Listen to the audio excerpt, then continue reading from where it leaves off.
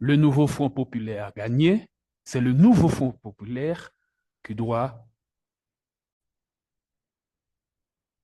Le nouveau Front populaire a gagné. C'est le nouveau Front populaire qui doit gouverner la France. Ils ont gagné les dernières élections législatives. Écoutons attentivement Dominique de Villepin. Bonsoir Dominique de Villepin. Merci d'être avec nous. Je le disais, votre parole est attendue et on va commencer par le commencement avec cette question simple et directe. Emmanuel Macron a-t-il eu raison de décider de dissoudre l'Assemblée après les résultats des européennes? Non, je crois que c'est une faute qu'il a commise. D'abord, il s'agissait d'européennes, il a lui-même suffisamment dit, transformer le résultat des européennes en un enjeu national, c'était une décision, je crois, qui était totalement déplacée, d'autant plus que nous sommes dans un contexte européen et international gravissime.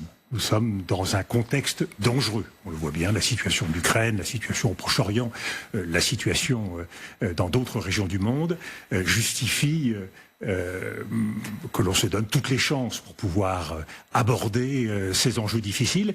Et manifestement, la volonté de précipiter les choses en très peu de temps ne permet pas de véritablement clarifier le jeu comme il le souhaite. Je fais un pas de côté avant de poursuivre notre entretien, mais je le disais, en 1997, vous étiez secrétaire général de l'Élysée, très influent à l'Élysée, avocat de la dissolution, qui avait mal tourné pour Jacques Chirac. Quelles leçons, au fond, avez-vous tirées, peut-être qui vous reviennent à l'esprit aujourd'hui de cet épisode? La sanction de l'époque dit les choses, c'était une erreur. Et j'en prends évidemment toute ma part de responsabilité. Mais c'était une décision d'une nature tout à fait différente. Il n'y a rien de comparable entre 97 et aujourd'hui. D'abord, c'est une décision concertée. On ne le rappelle pas, mais c'est vrai. Jacques Chirac avait consulté non seulement ce qu'il devait consulter, en l'occurrence le Premier ministre qui était favorable, le président du Sénat, René Monoury, qui était très favorable, mais aussi tous les gens qui étaient proches au sein de la majorité et qui faisaient pression pour que cette décision soit prise. Donc c'est pas une décision qu'il a sortie de son chapeau sans réfléchir. Deuxièmement, nous étions dans un contexte qui était un an avant les élections législatives, donc il a accéléré un calendrier, sachant que les dernières élections législatives avaient eu lieu 4 ans avant. Rappelez-vous, c'était avant le mandat à 5 ans, nous étions dans un septennat. Et puis surtout, il y avait le risque d'une crise politique. Et le résultat l'a montré, puisque nous sommes entrés en cohabitation. Mais il n'y avait pas le risque, comme aujourd'hui, d'une crise de régime. Parce que c'est ce qui, aujourd'hui, nous menace. Pourquoi? Tout simplement parce que nous sommes avec la principale force qui sort des urnes, ne l'oublions pas. Je veux bien qu'on demande leurs sentiments aux Français, ou qu'on les consulte, bien sûr, qu'ils se prononcent, mais ils viennent de se prononcer. Et nous connaissons aujourd'hui l'état d'esprit dans le pays. Donc le risque d'une confirmation, voire d'une amplification du vote est grand. Et le Rassemblement national, on peut tourner les choses dans tous les sens, reste un mouvement populiste, de nature illibérale, et nous voyons aujourd'hui, parce que nous avons suffisamment d'exemples en Europe de ce qu'est l'illibéralisme, c'est une remise en cause d'un certain élément de l'état de droit, c'est la remise en cause d'un certain nombre de libertés civiques. Donc nous sommes devant un mouvement qui va peser très profondément sur la nature du régime, et y compris sur les orientations de politique étrangère. Cela constitue un véritable danger, je pense, pour notre pays. Pour vous, si le 7 juillet, le Rassemblement national a la majorité, s'il est en mesure de constituer un gouvernement, si Jordan Bardella va à Matignon, il y a un risque de dérive illibérale. Quand on dit illibéral, je précise pour ceux qui nous regardent, on pense à la Hongrie ou la Pologne, par exemple, quand le PiS gouvernait. Absolument. D'ailleurs, regardons les alliés du Rassemblement national. Quels sont les pays avec lesquels le Rassemblement national est le plus proche? Eh bien, ce sont des pays comme la Hongrie, la Pologne du PiS, l'ensemble de ces mouvements qui aujourd'hui fleurissent en Europe et grossissent dangereusement. Pas au point, dans beaucoup de pays, je pense à l'Allemagne, je pense à la Belgique, pas au point d'être aux portes du pouvoir, mais néanmoins avec des risques très sérieux. Et ne l'oublions pas, l'Union européenne, à partir du mois de juillet, va être présidée par la Hongrie. C'est dire que, en cascade, les effets d'une victoire du Rassemblement national sur l'Europe serait considérable. Les grandes orientations que nous connaissons vis-à-vis de l'Ukraine peuvent parfaitement être mises en cause, de la même façon pour d'autres, la relation avec la Russie et d'autres bien sûr. Depuis quelques jours, le Rassemblement national édulcore son programme sur beaucoup d'aspects, pas seulement économiques, mais aussi en ce qui concerne la politique de lutte contre l'immigration et même en ce qui concerne la politique étrangère d'une certaine manière, à travers les déclarations relativement consensuelles, même s'il y a des sujets de divergence de Jordan Bardella tout à l'heure. Est-ce que ça vous rassure? Non, parce que j'ai vécu 2 cohabitations. La première comme directeur de cabinet d'Alain Juppé, c'était la cohabitation entre Édouard Balladur et François Mitterrand, j'étais son directeur de cabinet. Et la deuxième, vous l'avez rappelé, j'étais secrétaire général de l'Élysée. La cohabitation, c'est... et cela a été souvent quelque chose de très policé, parfois même de courtois, mais derrière cette courtoisie, il y a des rapports de force qui sont, eux, beaucoup plus durs. Et c'est aussi le jeu du chat et de la souris. Donc il ne faut pas se fier à ce qu'on dit, à ce qu'on voit, il y a la réalité des choses. Et c'est pour cela que... Vous pensez qu'il y a une part de dissimulation dans cette campagne? Mais il y a l'élection. Donc nous sommes dans l'avant-élection. Ce qui se passera après sera, je pense, d'une nature tout à fait différente. Le Rassemblement national, s'il l'emporte, il aura le souci d'appliquer son programme et ses idées. Il se trouve que son programme et ses idées heurtent de plein fouet un certain nombre de valeurs ou de croyances qui sont les nôtres. Je pense en matière européenne, on le voit tout de suite, avec la baisse de la TVA sur l'énergie. Tout de suite, il se heurte à un certain nombre d'éléments financiers qui peuvent être interdits par les instances européennes, en particulier s'ils décident de toucher à la subvention que nous apportons à l'Union européenne. Alors, est-ce que vous mettez une équivalence au moment de se prononcer, au moment d'arriver, au moment de voter entre le Rassemblement national et le nouveau Front populaire? Juste avant de vous entendre, écoutez ce qu'en a dit à Darius Rochebin Serge Klarsfeld. Serge Klarsfeld lui dit clairement « Pour qui je voterais si ces 2 blocs étaient face à face ?» Écoutez sa réponse.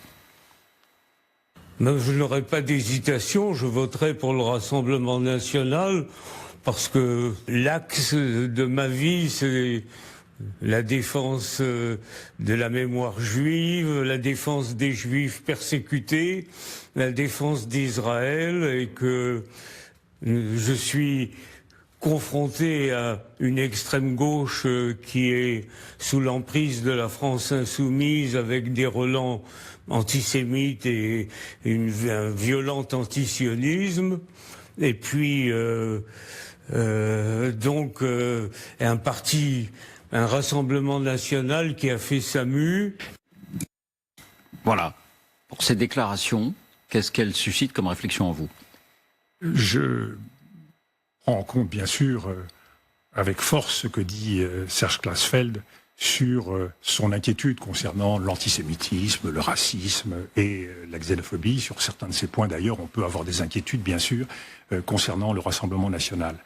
Est-ce qu'il faut renvoyer... On peut avoir des inquiétudes sur le Rassemblement national. Oui, enfin, je pense que au cœur du projet du Rassemblement national, il y a un risque de xénophobie qui est toujours là. On le voit ne serait-ce qu'à travers un certain nombre de principes tels que la priorité nationale. Parce que lui dit le risque est ailleurs. Nationale. Oui, mais que le risque soit ailleurs, c'est vrai. Est-ce qu'il faut renvoyer dos à dos l'ensemble des formations? Je crois que c'est prendre le risque de banaliser le Rassemblement national. Donc je comprends Serge Klarsfeld, à partir du moment où on considère qu'il n'y a plus de risque, ce risque de banalisation n'apporte plus. Moi, je pense que ce risque de banalisation ne peut pas être fait. Je pense que le risque pour la France, et là je parle à travers le regard qui est porté sur nous par la communauté internationale, en Europe et à travers le monde, le risque de discrédit, le risque de tension avec d'autres pays européens et certains de nos grands alliés, je pense en particulier avec l'Allemagne. Je pense le risque avec les pays du Sud global, les pays d'Afrique, les pays, un certain nombre de grands pays émergents. Le risque de coupure et de cassure serait important. Donc je pense que c'est un risque, personnellement, qu'il ne faut pas prendre. Ce qui ne veut pas dire, et là je rejoins Serge Klarsfeld, qu'il ne faille pas être d'une très grande vigilance sur l'antisémitisme, sur le racisme, et qu'il faut... D'autres formations.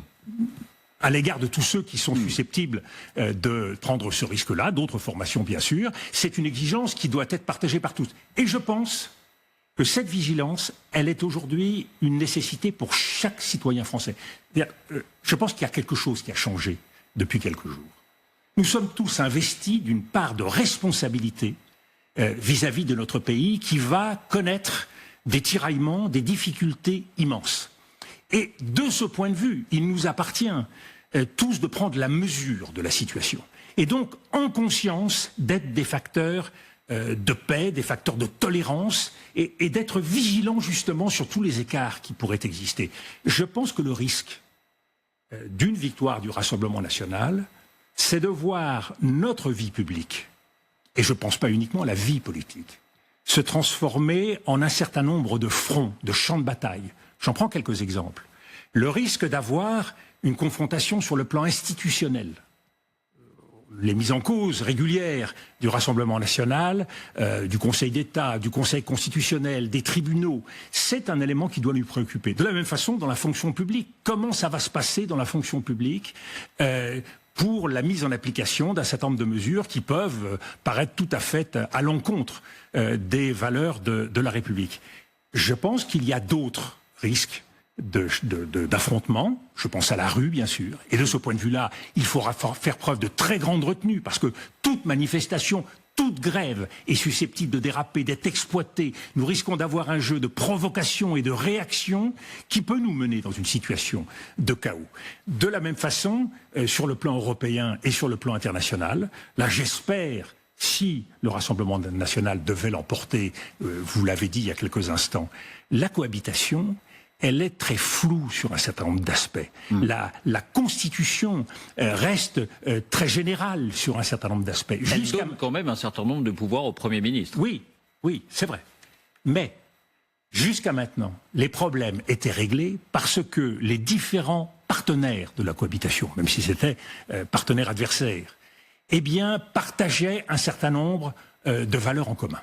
Et quand Jacques Chirac se retrouvait avec Lionel Jospin, le débat qui existait entre eux, soigneusement préparé par les équipes respectives, le directeur de cabinet, le secrétaire général, les cabinets, les ministres, tout cela permettait d'arriver, dans la majorité des cas, à éviter des confrontations brutales qui auraient alors profondément terni l'image de la France. Imaginez que nous nous retrouvions en opposition sur le choix d'un soutien militaire à l'Ukraine et que cette situation devienne publique. Quel crédit ferait-on à notre pays ? Et c'est là où le choix de l'ordre du jour, le choix des sujets qui vont faire l'objet du programme de gouvernement, et je le dis pour l'ensemble des partis, que ce soit le bloc central, le bloc du Rassemblement national ou celui du Front populaire, doivent être soigneusement dosés pour éviter justement que ces affrontements ne puissent dégénérer et que notre vie publique devienne impossible dans l'année qui vient, sachant que pendant un an, le président de la République ne peut pas dissoudre. Ne peut pas dissoudre, on reviendra peut-être tout à l'heure sur ces questions institutionnelles, mais pour revenir à l'origine de ma question, Dominique de Villepin, dans l'isoloir, doit choisir entre le nouveau Front populaire et le Rassemblement national. Donc j'en déduis que vous votez Nouveau Front populaire. Je considère que la priorité doit être donnée à la lutte contre le Rassemblement national et que le Rassemblement national constitue aujourd'hui la véritable menace pour notre pays. Que répondez-vous à ceux qui disent le Rassemblement national, il a changé. Il a changé par exemple depuis ses déclarations de Jacques Chirac au moment où il s'apprêtait à quitter le pouvoir et où il réaffirmait que jamais la droite, les héritiers du gaullisme, ne devaient nouer une alliance avec